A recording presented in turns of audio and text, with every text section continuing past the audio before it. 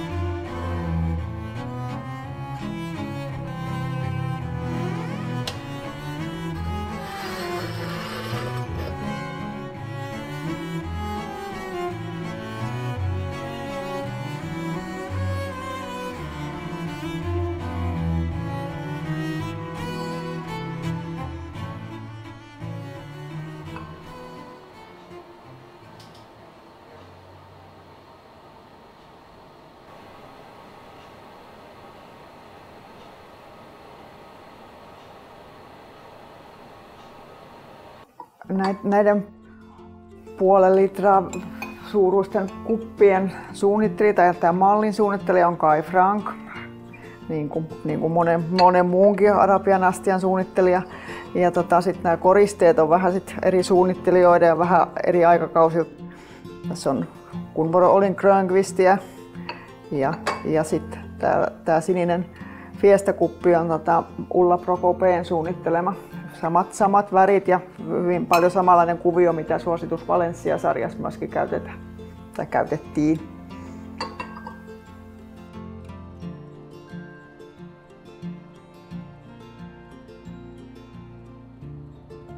Tässä on sitten Esteri Tomulan suunnittelema koriste Iso kukka. On myös tehty 70-luvun alkupuolella. Ja nämä kupit ovat hienokuntoisia, ei ole kukaan pessyt astianpesukoneessa, kun on värit pysynyt. Tai erittäin suosittu kuppi. Ja tässä meillä on sitten Gardenia kuppi sinisenä sekä on myös ruskeana, mutta tämä sininen on hieman ehkä suositumpi. Ja koriste tässäkin on Esteri Tomulan suunnittelema. Ja tätäkin kuppia on tehty 70-luvun alkupuolella. Tässä meillä on kirsikkakuppi 70-luvun alkupuolelta. Täältä leimasta näkee tehty 71–76 toi leima. Hyvin suosittu kuppi, kesäinen kuppi. Koristetaan, muista kuka tän on suunnitellut, mutta Inkeri Leivo Seppälä. Inkeri Leivo on suunnitellut kupin ja koristeen.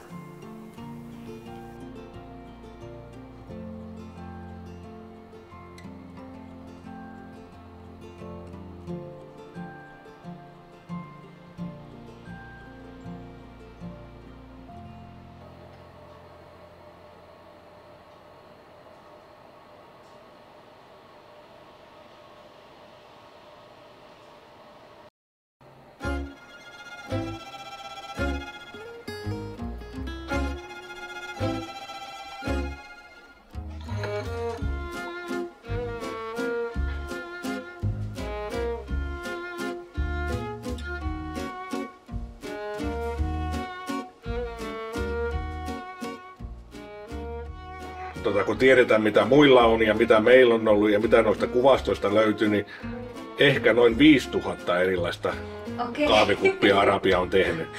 Se on ehkä, kukaan ei tiedä sitä mikä se on, koska Arabiakaan ei säilyttänyt mitään vanhoja kuvastoja, hinnastoja, varsinkin sieltä alkuajalta ei ole juurikaan mitään. Vasta tuolla 70-luvulla, 80-luvulla sitten on ollut vähän ruvennut enemmän olemaan tämmöisiä myyntikuvastoja, mitä on liikkeisiin sitä annettu, mutta ei niissäkään ole kaikkea. Sitten kun ne on tehnyt paljon tilaustöitä eri yrityksille ja kyllä se hirveän laaja on se tuotanto ollut. Niin, mutta se on niin varmaan tämmöisiä keräilijöille hauska. Niin Istän ei aina tiedä, että mitä kaikkea niin kuin löytyy ja mitä on olemassakaan. Että meillekin tulee vielä semmosia, niin kuin, ei nyt viikoittain, mutta sanotaan, että aina joka kuukausi tulee varmaan jotain semmoista, mitä ei ole ikinä ennen nähtykään. Just.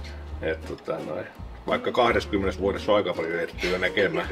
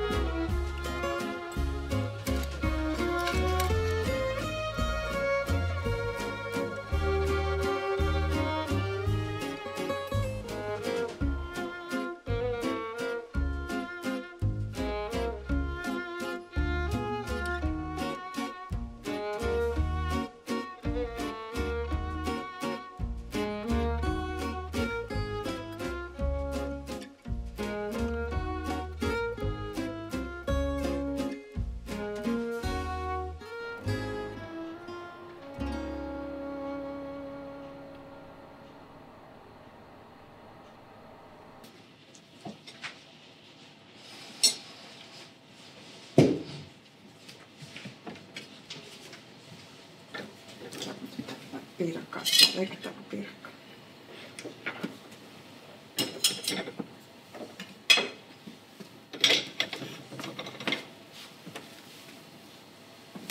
Hyvä pari on tämä, eikä nämä kun puhtua niin uutta ja nämä kupit on kumminkin vanhempaa.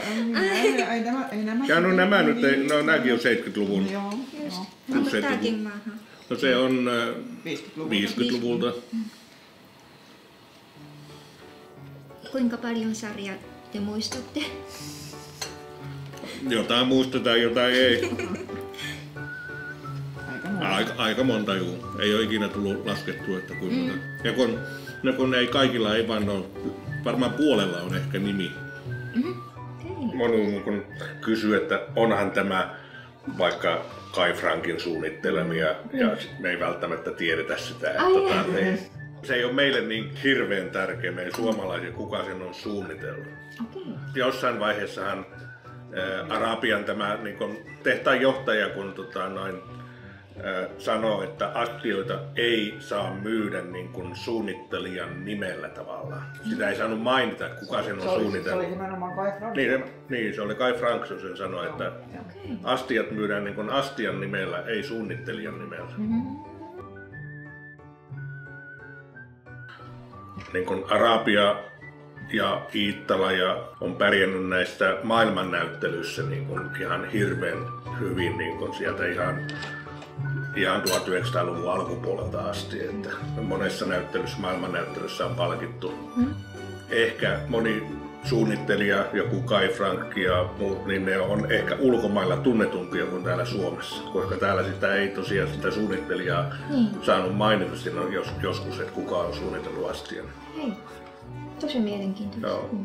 Eikä nykysuunnittelijoistakaan kovinkaan moni tiedä. Ei, joo, meillekin on. Mekin yritetään kerätä kaikki kirjallisuus, mitä niin kuin Arabiasta on, eli kaikki vanhoja myyntikuvastoja ja kaikki mitä vaan joku on kirjoittanut niin kuin Arabiasta, niin niistä mekin kaivetaan ne meidän tiedot. Vanhat ruoka-astiastothan on niin kuin sen säilyttämisen kannalta monesti ne on epäkäytännöllisiä, kun ne ei ole pinottavia.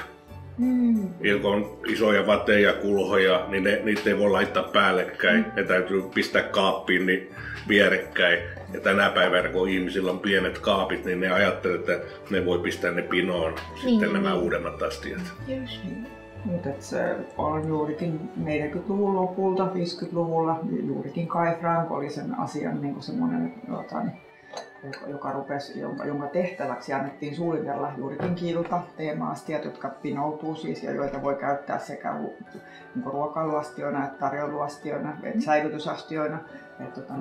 Ja nyt juurikin luin muun muassa se lasisarja vuonna 1954 suunniteltu se Kimara. Ja se Kimarakin oli niin, että ne 6 lasia mahtui sinne kannun sisälle, että ne pystyi säilyttämään siinä kannussa. Joo. Kätevä. Niin, että silloin siitä alkoi niin sanottu kaupungistuminen ja asunnoissa oli pienet kaappitilat. Maataloissa vanhoissa, niin niissä voi olla vaikka millaisia komerotiloja ja vinttiä ja vaikka mitä paikkaa, mihin niitä astiastoja voitiin viedä, mutta sitten kun ne piti olla pientä ja kompaktia, niin sitten. Tuossa tänne päin. Näin päin. Kato. Juoda itse kahvit, niin he yleensä aina saa silloin. He on tottunut siihen. Nyt he itki tuolla äsken, kun he varmaan kuuli, että me juotiin kahvia. Just. Se sama, että se meidän koirakin, jos me syödään jotakin, sitten niin se ajattelee, että hankkii saa jotakin. Joo, kyllä. Joo.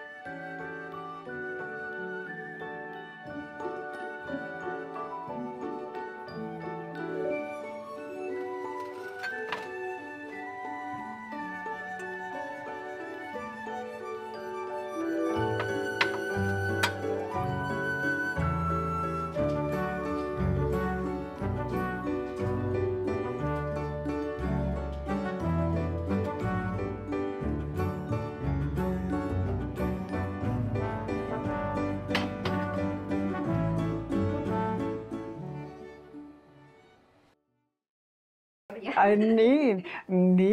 No, mistä aloitetaan? Arabia on siis perustettu Suomeen 1873 ruotsalaisen Rörstrandin niin kuin perustamana. Ja heidän ajatus oli, että he pääsevät täältä Venäjän markkinoille vähemmillä tullimaksuilla kuin se, että he olisivat Ruotsissa sitä tavaraa tuoneet tänne. Ja aluksi kaikki mallit, kaikki työkalut ja kaikki ne prosessin vaiheet, niin kaikki ne tuotiin sieltä Rörstrandista ja ne oli periaatteessa ne mallit oli kaikki niin kuin sieltä vähän sellainen, sit jo, että se aika oli siellä ohitte ja sitten ne tuotiin tänne Suomen tuotantoon. Ja pikkuhiljaa sitten Arabia siirtyi sitten suomalaiseen omistukseen ja vuonna 1932 oli sitten pelkästään suomalaisten omistuksessa ja siinä vaiheessa sitten tehdasta ja laitosta kehitettiin kovasti ja silloin oli niin kuin kaikista runsainta se tuotanto. Ja no, tämän pöydän kupit on niin sanottuja puhalluskoristekuppeja. Niitä on tehty paljolti 60-70-luvun vaihteessa. Niiden suunnittelijoista ei ole juurikaan tietoa, eikä niillä kaikilla ole ollenkaan virallista nimeäkään, mutta sit keräilijät on niillä antanut sit omia nimiään. Tämä tunnetaan raitapallokuppina. Tämä kulkee nimellä S. Tämä on Tatti. Tällä on ihan oma nimi. Tämä on Takiainen. Tämä on vähän enemmän, tämä ei olekaan puhalluskoriste, mutta samaa mallia kuitenkin. Sitten tämä ruskea kuppi, tämä on Miranda. Mutta sitten on Nollaa ja Vappua ja monenlaista. Ja nämä on ollut semmoisia ihan tavallisten ihmisten tavallisia arkikuppeja ja tosi monet suomalaiset ainakin muistaa nämä omasta lapsuudestaan ja nykyään niitä käytetään paljon, ne on mökkikuppeina ja siellä sitten fiilistellään sen niiden vanhojen muistojen kanssa. Markan kuppeja. Niin, ja silloin kun näitä on myyty, niin kerrotaan, että niitä tuli kauppoihin siis semmoisissa isoissa pahvilaatikoissa, pahvikonteissa ja ne maksoi markan kappale. Ja mä uskon kyllä, että se tarina pitää paikkansa, koska munkin äiti on niitä raskinut ostaa ja hän oli aika tarkka rahanpa käytöstään, niin pitää ne paikkansa. Ja aina kun se leima on muuttunut aikaisemminkin, niin silloin on tapahtunut aina jotain. Milloin tahansa, eli silloin kun se muuttui se 48-49, tuli se pikkukruunuleima, niin silloin Wärtsilä on ostanut Arabian tai omistanut Arabian. Tornileima, kun on AAA tai APA, niin silloin hetken aikaa saksalaiset omisti Arabian, mitä monikaan ei tiedä. Joo, en mäkään tiedä. Joo. Joo. Oliko muistaakseni 3 vuoden ajan? Vuodesta 28 vuoteen 32. Niin. Sillä välillä. Niin. Ja sitten 32 tuli tämä piippuleima. Joo. Ja siinä näkyy tuo pitkä piippu. Tuo rakennus on vieläkin Helsingissä olemassa. Tässä on ensin taiteilija ja sitten on fyysinen maalari, ketä on maalannut. Samalla tavalla täällä on. Eli toi UP tarkoittaa Ulla Prokopee. Hän on tämä koristien suunnitellut. Ja sitten tämä toinen MS tässä, niin se on sitten ollut se fyysinen maalari, joka siellä tehtaan linjaa sitten on tehnyt sen maalauksen sen suunnitelman mukaisesti. Okei. Joo, eli se on niin kuin maalarin työmerkki. Kyllä, joo. Joskus on semmoisia asiakkaita meilläkin ollut, niin he on etsinyt jotain määrättyjä nimikirjaimia. Ne on ollut vanhempia tai isovanhempia, ketkä on Arabian tehtaalla ollut maalarina. Yleensä ne on ollut mammoja ja mummoja. Kyllä ne yleensä ollut mammoja ja niin, mummoja. Useimmiten naisia. Niin. Joo. Niitä on ollut, joo. Pääsääntöisesti. Niitä oli joku, olisiko 300-400 ollut niin kuin parhaimmalla aikaa silloin. Silloin vielä kun työn teettäminen oli kohtuullisen halpaa Suomessakin, niin silloin teetettiin. Tässä nyt on kuva 30-luvulta, kun siellä naiset laittaa siirtokuvia näihin astioihin. Ja täällä olisi sitten, jos otat tosta kuvan, niin tässä olisi sitten, kato nämä astiat, mitä tässä on. Nyt osa näkisi ne nyt ihan oikeasti.